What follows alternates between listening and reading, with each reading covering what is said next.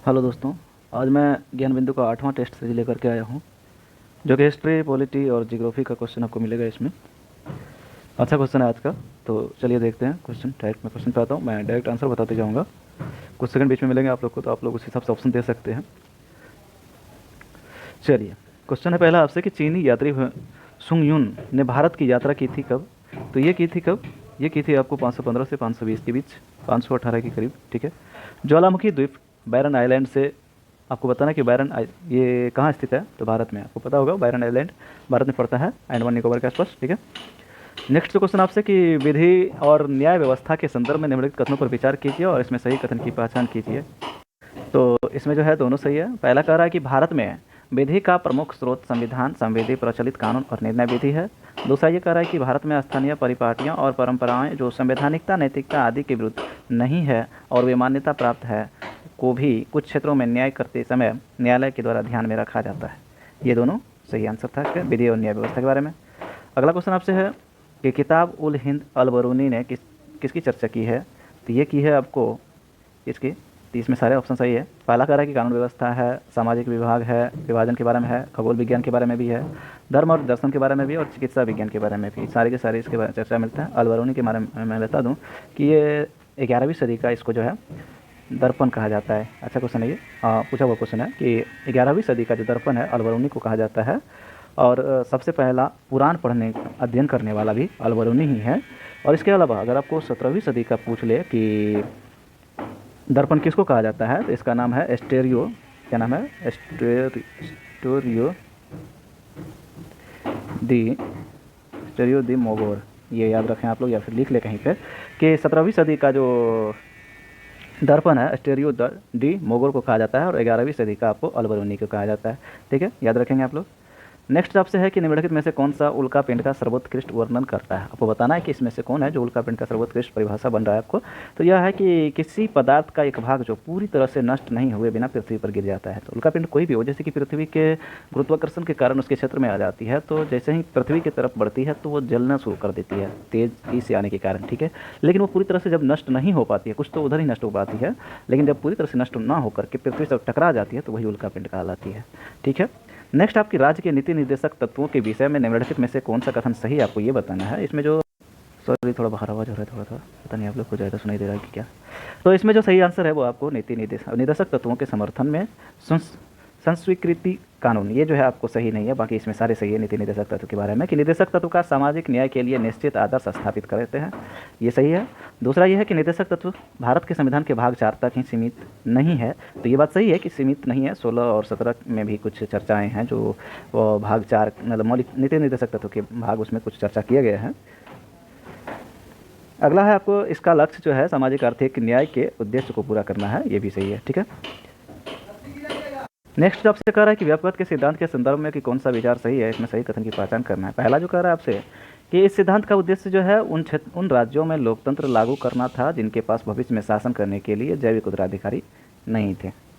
तो इसमें जो है ये गलत है। जैविक उत्तराधिकारी कहने का मतलब यहाँ पे ये है कि जिसके पास खुद का संतान था, भविष्य में कह रहा है कि जिसके पास खुद का संतान था, उस जैसे कि व्यापक सिद्धांत लगाया गया था, तो जिसके पास खुद का संतान होता था उसका संपत्ति बचा रहता था, जिसके पास नहीं था उसके फिर लगाया गया था व्यापक सिद्धांत या हड़प नीति का सिद्धांत।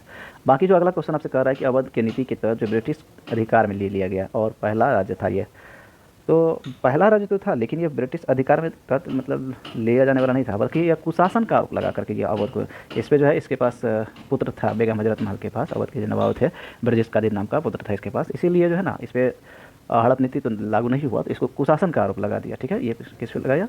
कुशासन का आरोप लगाया गया था इस पर।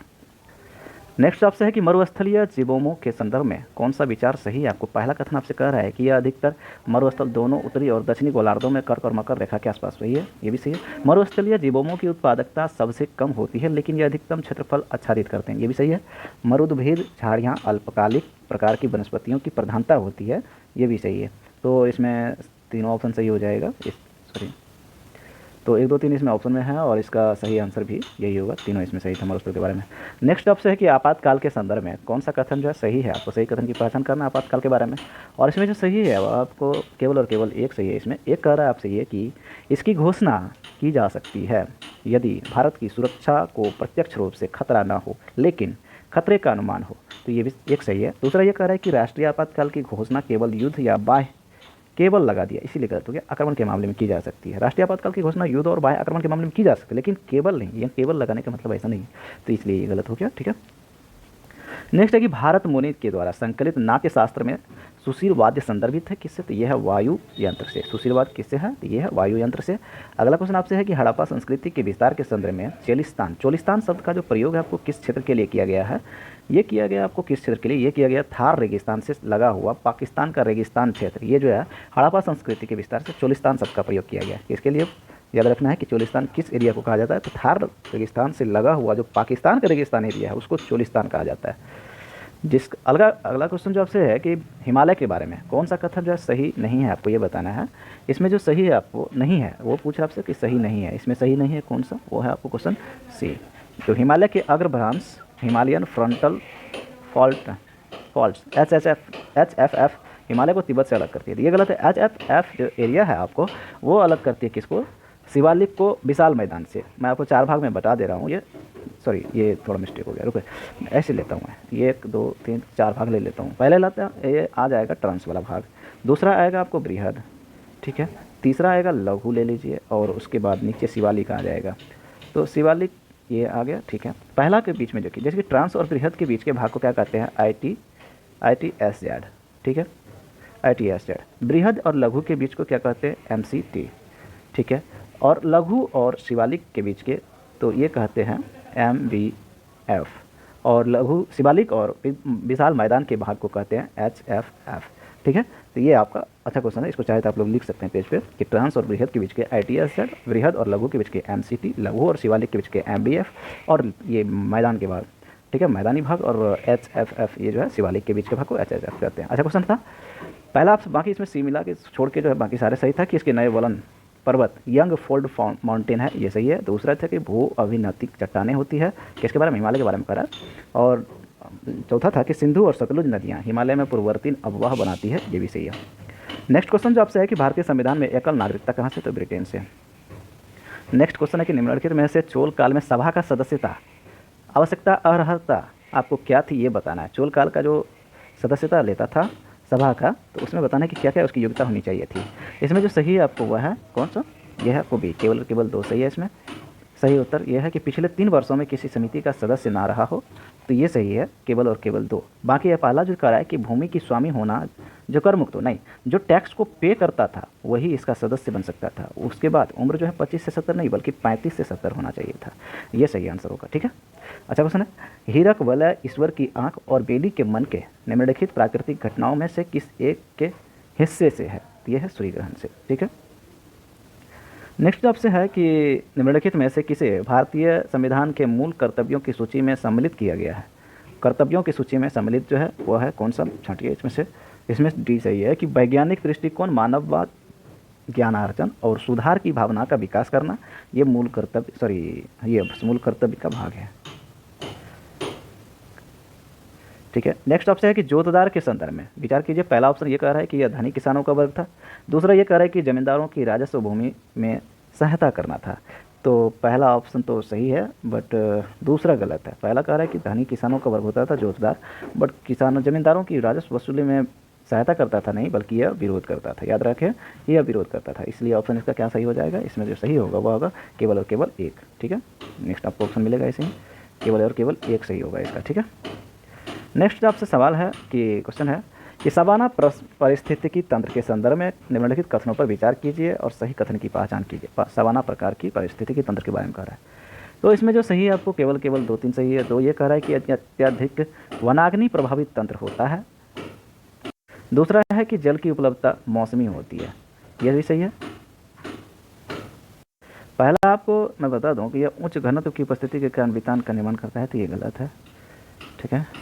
अगला क्वेश्चन है कि भारत के संविधान में 5वीं अनुसूची 6ठी अनुसूची के उपबंध निम्नलिखित में से किस लिए किए गए, तो इसमें जो सही है आपको वह है आपको केवल और केवल 1, अनुसूचित जनजाति के हितों के संरक्षण के लिए जो है भारत में संविधान में 5वीं और 6ठी अनुसूची की उपबंध किया गया है। चित्राचार्य उपेंद्र महारथी की पुस्तक वेणुशिल्प का संबंध आपको किस कला से है, यह बांस कला से। याद रखें कि नाम क्या है, उपेंद्र महारथी चित्राचार्य, ठीक है, वेणुशिल्प, वेनाशिल्प। नेक्स्ट जो है कि प्रारंभिक वैदिक समाज के संदर्भ में आपको कथनों पर विचार करना है और सही कथन की पहचान करना है कि सही कौन सा है। इसमें जो सही है आपको केवल और केवल 3 सही है कि विवाह की प्रकृति मुख्य रूप से एक पत्निक था और समाज पितृसत्तात्मक था, ये सही है। किसके बारे में? ऋग वैदिक के बारे में आपको कह रहा है। बाकी गलत है कि वंशानुगत व्यवस्था एक बड़ा सामाजिक परिवर्तन था जो प्रारंभिक वैदिक समाज में हुआ था, वैसा ही तो नहीं, ये चेंज था। एक व्यवस्थित जीवन शैली प्रारंभिक वैदिक समाज की मुख्य विशेषता थी, ये भी गलत है। तो सिर्फ और सिर्फ तीसरा सही था कि विवाह की प्रकृति जो मुख्य रूप से एक पत्निक था और समाज पितृसत्तात्मक हुआ करता था उस टाइम भी। नेक्स्ट आपसे कि पश्चिमी घाट के संदर्भ में कथनों पर विचार कीजिए और सही कथन की पहचान करें। पश्चिमी घाट के बारे में बताएं कि इसमें से कौन सा सही है। इसमें जो है तीनों सही है। पहला आपसे कह रहा है कि यह प्राकृतिक पठार में बहने वाली बड़ी बड़ी नदियाँ का स्रोत है। दूसरा ये कह रहा है आपसे कि आकृति की दृष्टि से यह एक संपूर्ण इकाई है, ये भी सही है। दूसरा तीसरा यह है कि यह दीवार का भांति खड़ा है जिसे केवल दर्रों से ही पार किया जा सकता है। ठीक है, अगला क्वेश्चन आपसे कि भारतीय संविधान की सभा में महिला सदस्यों की कुल संख्या कितनी है। इसमें जो सही आपको 15 है। महिला संविधान सभा में महिलाओं की सदस्यों की संख्या 15 थी। मोहम्मद बिन तुगलक के संदर्भ में आपको बताना है कि कौन सा असत्य है मोहम्मद बिन तुगलक के बारे में। इसमें जो असत्य है वो आपको डी कि मोरक्को यात्री इब्न बतूता ने मोहम्मद बिन तुगलक के परिवर्तन हानिकारक प्रभाव को उल्लेख किया, ये गलत है। बाकी सही है इब्न बतूता के बारे मोहम्मद बिन तुगलक के बारे में कि उसने योग्यता के बल पर उच्च पदों पर अमीर और अदना दोनों वर्गों को शामिल किया था, ये सही है। दूसरा है कि उसने उसे अभागा आदर्शवादी संज्ञा दी जाती है, अभागा आदर्शवादी। तीसरा यह है कि राजधानी स्थानांतरण में संचार, धर्म, संस्कृति और सामाजिक विचार में सकारात्मक परिवर्तन देखे, ये सही है। अगला क्वेश्चन है आपसे कि भारत के महान्यायवादी के संदर्भ में कथन कौन सा सही नहीं है। तो पहला ऑप्शन है आपसे कि भारत के महान्यायवादी को संसद के किसी भी सदन या संसदीय समिति की बैठक में बोलने का अधिकार है, ये सही है। दूसरा आपसे है कि भारत महान्यायवादी को अपने कर्तव्यों के पालन हेतु भारत के राज्य क्षेत्र में सभी न्यायालयों में सुनवाई का भी अधिकार है, ये भी सही है। तो ऑप्शन के हिसाब से देखें 25 का आंसर जो है दोनों होना चाहिए और इसमें आपको जो सही है वह है आपको ना तो एक ना तो दो। मतलब आपसे पूछ रहा था कि कौन सा सही उत्तर, कूट का सही उत्तर को चुनिए। भारतीय महान्यायवादी के संदर्भ में कौन सा सही नहीं है आपको ये पूछ रहा था। चलिए, तो इसमें दोनों सही था आपका, आपसे पूछ रहा था ना आपसे कि कौन सा सही नहीं है, इसलिए मैं थोड़ा रुक गया कि क्या है क्वेश्चन। तो इसमें दोनों सही है, इसलिए सही नहीं है, तो मतलब दोनों सही है, तो इसीलिए आंसर जो है आपको ना तो एक ना तो दो हुआ। ठीक है, दोनों देख करके मैं थोड़ा देखने लगा इसलिए। ठीक है, तो इसमें दोनों सही था, इसलिए ना ही एक ना ही दो हुआ। अगला क्वेश्चन आपसे कि धन के बहिर्गमन के सिद्धांत के संदर्भ में निम्नलिखित कथनों में से कौन सा सही आपको ये बताना है। इसमें जो आपको सही है आपको वह है आपको केवल ना तो एक ना तो दो। अब देखते हैं इसमें क्या है कि गोपाल कृष्ण गोखले ने भारतीय पूंजी और संसाधनों के बहिर्गमन पर 1872 ईस्वी में पूना में एक व्याख्यान किया था। ये गलत है, क्योंकि गलत इसलिए है कि यह महादेव गोविंद रानाडे ने किया था। ठीक है, महादेव गोविंद रानाडे ने, ये आंसर यहाँ आ जाएगा गोपाल कृष्ण गोखले की जगह। ठीक है, इंपीरियल लेजिस्लेटिव काउंसिल में बजट पर भाषण करते हुए महादेव गोविंद रानाडे ने धन के बहिर्गमन का सिद्धांत दिया और यहाँ पर गोपाल कृष्ण गोखले आ जाएगा। ठीक है, ये थोड़ा उल्टा कर दिया और सेट कर दिया है। तो गोपाल कृष्ण गोखले याद रहे कि इंपीरियल लेजिस्लेटिव काउंसिल में बजट पर भाषण देने करते हुए जो है धन के बहिर्गमन पर जो सिद्धांत दिया था, कौन दिया था? गोपाल कृष्ण गोखले दिया था। और अगला पहला जो आपसे था कि गोपाल कृष्ण गोखले नहीं बल्कि महादेव गोविंद रानाडे ने भारतीय पूंजी और संसाधनों के बहिर्गमन 1872 में पूना में एक व्याख्यान दिया था, ये दोनों सही है। अगला है कि समुद्री प्रदूषण की रोकथाम के लिए किए गए अंतर्राष्ट्रीय समझौते मार्पोल के बारे में आपको दिया है। मार्पोल के संदर्भ में आपको बताना कि सत्य कौन सा है इसमें से। इसे 2010 में अंतर्राष्ट्रीय समुद्री संगठन के द्वारा अपनाया गया था, तो ये गलत है। मार्पोल को जो आपको ये 1973 में ही अपनाया गया था। अगर अब मतलब उस पर लागू करने की बात करें तो ये होगा आपको 1983 में। ठीक है, 1983 में लागू हुआ था। दूसरा आपसे यह था कि समझौता जो है जलयानों के द्वारा बढ़ते वायु प्रदूषण की रोकथाम से संबंधित है, दूसरा सही है। तीसरा है कि भारतीय संविधान की संधि का हस्ताक्षर करता देश है इसमें। ठीक है, तो 2 और 3 इसका सही आंसर है। अगला है कि कौन सा विकेंद्रीकरण का वैशिष्ट्य नहीं है।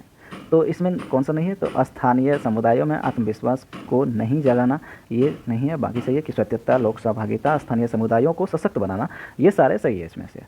नेक्स्ट आपसे है कि संथाल विद्रोह के शांत हो जाने के लिए थोड़ा बहुत चलिए। नेक्स्ट है कि संथाल के शांत हो जाने के बाद औपनिवेशिक शासन द्वारा कौन सा उपाय किया गया या किए गए हैं। इसमें से सही उत्तर का चयन करना आपको। इसमें जो सही है आपको वह कौन सा है? 1 और 2 दोनों है। पहला कह रहा है कि संथाल परगना नामक राज्य क्षेत्रों का सृजन किया गया। दूसरा यह है कि किसी संथाल का गैर संथाल को भूमि अंतरण करना एक गैर कानूनी हो गया, तो ये दोनों सही हो गया। ठीक है, अगला है लीड्स फॉर नेचर पहल संबंधित है। निम्नलिखित कथनों पर विचार कीजिए और सही कथन की पहचान करने। तो इसमें जो सही है आपको वह है ना तो 1 ना तो 2। देखते हैं लीड्स फॉर नेचर के बारे में। यह भारत में जैविक विविधता के संरक्षण हेतु नहीं, ये पहले ही गलत हो गया। ये किससे है आपको? तो व्यापार और वाणिज्य से है, व्यापार वाणिज्य से। याद रहे कि लीड्स फॉर नेचर का जो संबंध है व्यापार वाणिज्य से है, दूसरा कि भारत वाणिज्य बोर्ड नहीं व्यापार वाणिज्य से। नेक्स्ट आपसे है मेची नदी के संदर्भ में कि कौन सा सही है, आपको बताना है कि सही कौन सा है। सही उत्तर की कूट के हिसाब से दिया है। इसमें जो सही है केवल दो सही है कि दो ये कह रहे हैं कि मेची पुल नेपाल को जाने वाली एशियाई राजमार्ग 2 का भारत में अंतिम बिंदु है। मेची पुल जो है नेपाल को जाने वाली एशियाई राजमार्ग का राजमार्ग 2 जो है भारत में अंतिम बिंदु होता है। अगला है कि 42वें संविधान संशोधन अधिनियम के द्वारा भारतीय संविधान की प्रस्तावना में कौन सा नए शब्द जोड़े गए। तो इसमें जो नए शब्द जोड़े गए वह है आपको 1 2 3 3 जोड़े गए थे। समाजवादी, पंथनिरपेक्ष, अखंडता शब्द को, ये तीनों को जोड़ा गया था। ठीक है। अगला है कि वेदांत दर्शन के संदर्भ में कथनों पर विचार कीजिए और सही कथनों की पहचान कीजिए। इसमें सही कौन सा है। इसमें जो सही है आपको वह है केवल 1 और 2। देखते हैं वेदांत दर्शन के बारे में 33 के बाद 34 तरफ ये है 1 और 2 सही है। एक कह रहा है कि यह दर्शन का मूल ग्रंथ ब्रह्मसूत्र है। क्वेश्चन था आपसे कि कौन इसमें से वेदांत दर्शन के संदर्भ में सही कथन कौन सा है। तो इसमें जो सही है 1 और 2। एक कह रहा है कि दर्शन का मूल ग्रंथ ब्रह्मसूत्र है, ये सही है। ठीक है। दूसरा यह कि पुनर्जन्म के सिद्धांत को मानता है, तो 1 और 2 दोनों सही है। द्वैतवाद के प्रवर्तक रामानुजा के अनुसार ब्रह्मकुंड निर्गुण था, तो नहीं, ये सगुण भक्ति को मानते थे। ज्ञान ही मोक्ष का मार्ग है, नहीं, भक्ति को ये मोक्ष का मार्ग बताए थे। कौन? रामानुज जो है, आपको रामानुज जो है भक्ति को मोक्ष का मार्ग बताया और ये सगुण भक्ति के थे, ना कि निर्गुण भक्ति के, याद रहे। अगला है कार्लसवर्ग कटक या रिच, जो कि अवस्थिति निम्नलिखित में से किस सागरीय विस्तार में है। यह है अरब सागर में। कार्लसवर्ग कटक किस में है? अरब सागर में स्थित है। भारत में न्यायिक पुनरीक्षण का अर्थ है, कौन सा कथन इसमें सही है। इसमें जो सही है आपको वह है कौन सा? B 35 A 35 answer is A. विधियों में कार्यपालिका और आदेशों को संवैधानिकता के विषय में प्रख्यान करने का न्यायपालिका की अधिकार है। ये जो है भारत एक सही है इसका। न्यायिक पुनरीक्षण का अर्थ विधियों और कार्यपालिका के आदेशों की संवैधानिकता के विषय में प्रख्यान करने का न्यायपालिका का अधिकार है। सूची 1 को 2 से मिलाना है और कूट के हिसाब से बताना है कि संत कवि और उसकी रचना के बारे में कौन सा सही है। इसमें बी सही है। ठीक है। इसमें यह है कि कबीर जो है बीजक, ये सही है। सूरदास जो है भ्रमर गीत है। ठीक है। तुलसीदास का इसमें से एकनाथ का भावार्थ रामायण और तुलसीदास का विनय पत्रिका। याद रखें कि कबीर का बीजक उनकी रचना है, सूरदास का भ्रमर गीत रचना है, एकनाथ का भावार्थ रामायण, तुलसीदास का विनय पत्रिका। नेक्स्ट है एरोसोल के संदर्भ में कि कथनों पर विचार करें और सही कथन की पहचान करें कि कौन सा सही है। इसमें जो सही है आपको 1 और 2 दोनों सही है। एक ये कह रहा है कि बादलों की बूंदों और बर्फ के क्रिस्टलों के निर्माण में महत्वपूर्ण सहायक होता है, एक सही है। दूसरा ये कह रहा है कि एल्बिडो में वृद्धि कर वैश्विक शीतलन की संभावना को बढ़ाते हैं, तो दूसरा भी सही है। यह है अगला क्वेश्चन कि भारतीय विशिष्ट पहचान प्राधिकरण के संदर्भ में कथनों पर विचार करें और सही कथन की पहचान करें। इसमें जो सही है आपको 1 और 3 है। एक ये कह रहा है कि भारतीय विशिष्ट पहचान प्राधिकरण की स्थापना इलेक्ट्रॉनिक और सूचना प्रौद्योगिकी मंत्रालय के तहत की गई थी। और तीसरा ये कह रहा है कि आधार के लिए फिंगरप्रिंट और परितालिका IRS इमेज बायोमेट्रिक सूचना के रूप में किया जाता है, तो तीसरा भी सही है। इसमें किसके बारे में था? तो भारतीय विशिष्ट पहचान प्राधिकरण के बारे में। माउंटबेटन योजना के संदर्भ में आपको कह रहा है कि कौन सा सही नहीं है, तो इसमें जो सही नहीं है आपको बी सही नहीं है कि सिंध और बलूचिस्तान में जनमत संग्रह के द्वारा यह निश्चित किया जाएगा कि वो पाकिस्तान में मिलना चाहते हैं, ये गलत है। ठीक है। माउंटबेटन योजना के बारे में बाकी सही है कि मुस्लिम बहुसंख्यक यदि चाहे तो अलग अधिराज्य बना सकते हैं, इसके लिए एक अलग संविधान निर्मात्री सभा की गठित करनी होगी। माउंटबेटन का ये प्लान था। पंजाब, बंगाल, असम के विभाजन हेतु यह एक सीमा आयोग का गठन किया जाना था, ये भी सही है। रजवाड़ों को स्वविवेक से भारत का पाकिस्तान में शामिल होने की छूट थी, ये भी सही है। नेक्स्ट है 40 कह रहा है कि सारनाथ के सिंह चतुर्मुख स्तंभ के संदर्भ में निम्नलिखित कथनों पर विचार कीजिए और सही कथन नहीं है कौन सा, इसको पहचाने। तो इसमें जो सही नहीं है आपको वह है केवल 2 सही नहीं है, बाकी 1 सही है कि यह बुद्ध के द्वारा धम्मचक्र प्रवर्तन की स्मृति में बनाया गया था। कौन? सारनाथ का सिंह चतुर्मुख स्तंभ, ये जो है बुद्ध के द्वारा धम्मचक्र प्रवर्तन की स्मृति में बनाया गया था, यह सही है। अगला क्वेश्चन है 41 जो कि आपको पूछ रहा है कि कौन सा सही नहीं है। आपको सही नहीं है इसकी पहचान करना है कि इसमें कौन सा सही नहीं है। इसमें जो सही नहीं है आपको वह डी। ठीक है। भुवनेश्वर शहर में स्थित गुंडी राष्ट्रीय उद्यान छोटे राष्ट्रीय उद्यानों में से एक है, तो ये गुंडी जो है आपको कहाँ है? चेन्नई में। ठीक है। चेन्नई में ये पड़ता है राष्ट्रीय उद्यान। बाकी सही है। इसमें घाट प्रवाह परियोजना कृष्णा की सहायक नदी घाट प्रवाह पर स्थित है। घाट प्रवाह परियोजना न केवल विद्युत उत्पादन में सहायक बल्कि बाढ़ नियंत्रण, मृदा अपरदन की रोकथाम और कृषि भूमि की सिंचाई में भी सहायक होता है। घाट प्रवाह परियोजना जायकवाड़ी परियोजना गोदावरी नदी पर है, को ये भी याद रखना है कि जायकवाड़ी परियोजना कहाँ पर है? तो गोदावरी नदी पर है। अगला है प्राण एवं दैहिक स्वतंत्रता के अधिकार का उल्लेख किस अनुच्छेद में है? तो ये है आपको अनुच्छेद 21 में प्राण और दैहिक स्वतंत्रता का अधिकार। अगला है क्वेश्चन 43 कि किस वंश को पितृभक्त वंश भी कहते हैं, तो वो कौन सा वंश है? वो वंश है आपको माठर वंश। माठर वंश को पितृभक्त वंश भी कहते हैं। ब्रिटिश तुल्य जलवायु के बारे में आपको क्या सही नहीं है, इसको पहचानना है। इसमें जो सही नहीं है आपको डी सही नहीं है कि चक्रवातीय गतिविधियां न के बराबर होती है, ये सही नहीं है। बाकी इसमें सही है कि वर्ष भर पछुआ पवन के प्रभाव में रहता है। कौन? ब्रिटिश तुल्य जलवायु। अत्यधिक आराम युक्त और मानसिक सजगता के लिए उपयुक्त जलवायु है। तीसरा है कि उत्तरी अटलांटिक प्रवाह के प्रभाव और दक्षिणी पछुआ के पवन के बने रहने के कारण सर्दियाँ हल्की रहती, सर्दियाँ जो हल्की बनी रहती है। अच्छा क्वेश्चन था। ब्रिटिश तुल्य जलवायु में कह रहा है कि पछुआ पवन हमेशा बनी रहती है, आराम युक्त और मानसिक सजगता के लिए उपयुक्त है। अटलांटिक प्रवाह के प्रभाव और दक्षिणी पछुआ के पवन के कारण जो है सर्दियाँ हल्की बनी रहती है। अच्छा क्वेश्चन था। नेक्स्ट है कि अखिल भारतीय अनुसूचित जाति महासंघ की जो स्थापना है किसके द्वारा की गई है? ये जो सही है आपको वह है आपको डॉक्टर भीमराव अम्बेडकर। अखिल भारतीय अनुसूचित जाति महासंघ की स्थापना डॉक्टर भीमराव अम्बेडकर के द्वारा की गई थी। अगला क्वेश्चन आज आपसे है कि किस राज्य में पंचायती राज का शुभारंभ सबसे पहले हुआ था? वह है आपको कौन सा? राजस्थान। पंचायती राज का सबसे पहले शुभारंभ हुआ था यहाँ पर। वर्तमान में जनसंख्या के सुखों का परित्याग किए बिना भविष्य के लिए ऊर्जा और अन्य संसाधनों की बचत निम्नलिखित में से कौन सी अवधारणा की परिभाषा है? इसमें जो सही है आपको वह है सी, समपोषीय विकास। समपोषीय विकास जो आपको वर्तमान जनसंख्या के सुखों का परित्याग किए बिना भविष्य के ऊर्जा और अन्य संसाधनों की बचत की अवधारणा या परिभाषा है। नेक्स्ट आपका 48 है कि प्रांतों में उत्तरदायी शासन की स्थापना के लिए द्वैध शासन की शुरुआत हुई है। आपको बताना है कि द्वैध शासन की जो शुरुआत हुई थी कब? 1919 के भारत शासन अधिनियम के द्वारा प्रांतों में उत्तरदायी शासन के लिए। भारत के संविधान की किस अनुसूची के अधीन जनजातीय भूमि की खनन के लिए निजी पक्षधरों को अंतरण और अकृत शून्य घोषित किया जा सकता है? वह है आपको 5वीं अनुसूची। 5वीं अनुसूची के बारे में कह रहा है कि भारत के संविधान के 5वीं अनुसूची के बारे में जो कि जनजातीय भूमि खनन का लिए निजी पक्षधरों को अंतरण और अकृत शून्य घोषित किया जा सकता है, ये सही है। और लास्ट क्वेश्चन है आपसे आज का कि कौन सा एक कला कपड़े के हस्तशिल्प कला से संबंधित नहीं है? तो वह है फिलिग्री कला। बाकी बंधानी कला, पाटिक कला और जामदानी कला यह है कपड़े के हस्तशिल्प से, लेकिन फिलिग्री कला जो आपको चांदी के द्वारा बनी हस्तशिल्प से है। ठीक है, ये याद रखना है आप लोग को। थैंक्स दोस्तों, अगर आप लोग यहाँ तक देखें तो बहुत बहुत धन्यवाद। इसके अलावा मैं परफेक्शनाइज का भी करवा रहा हूँ, तो उसे भी जरूर देखें।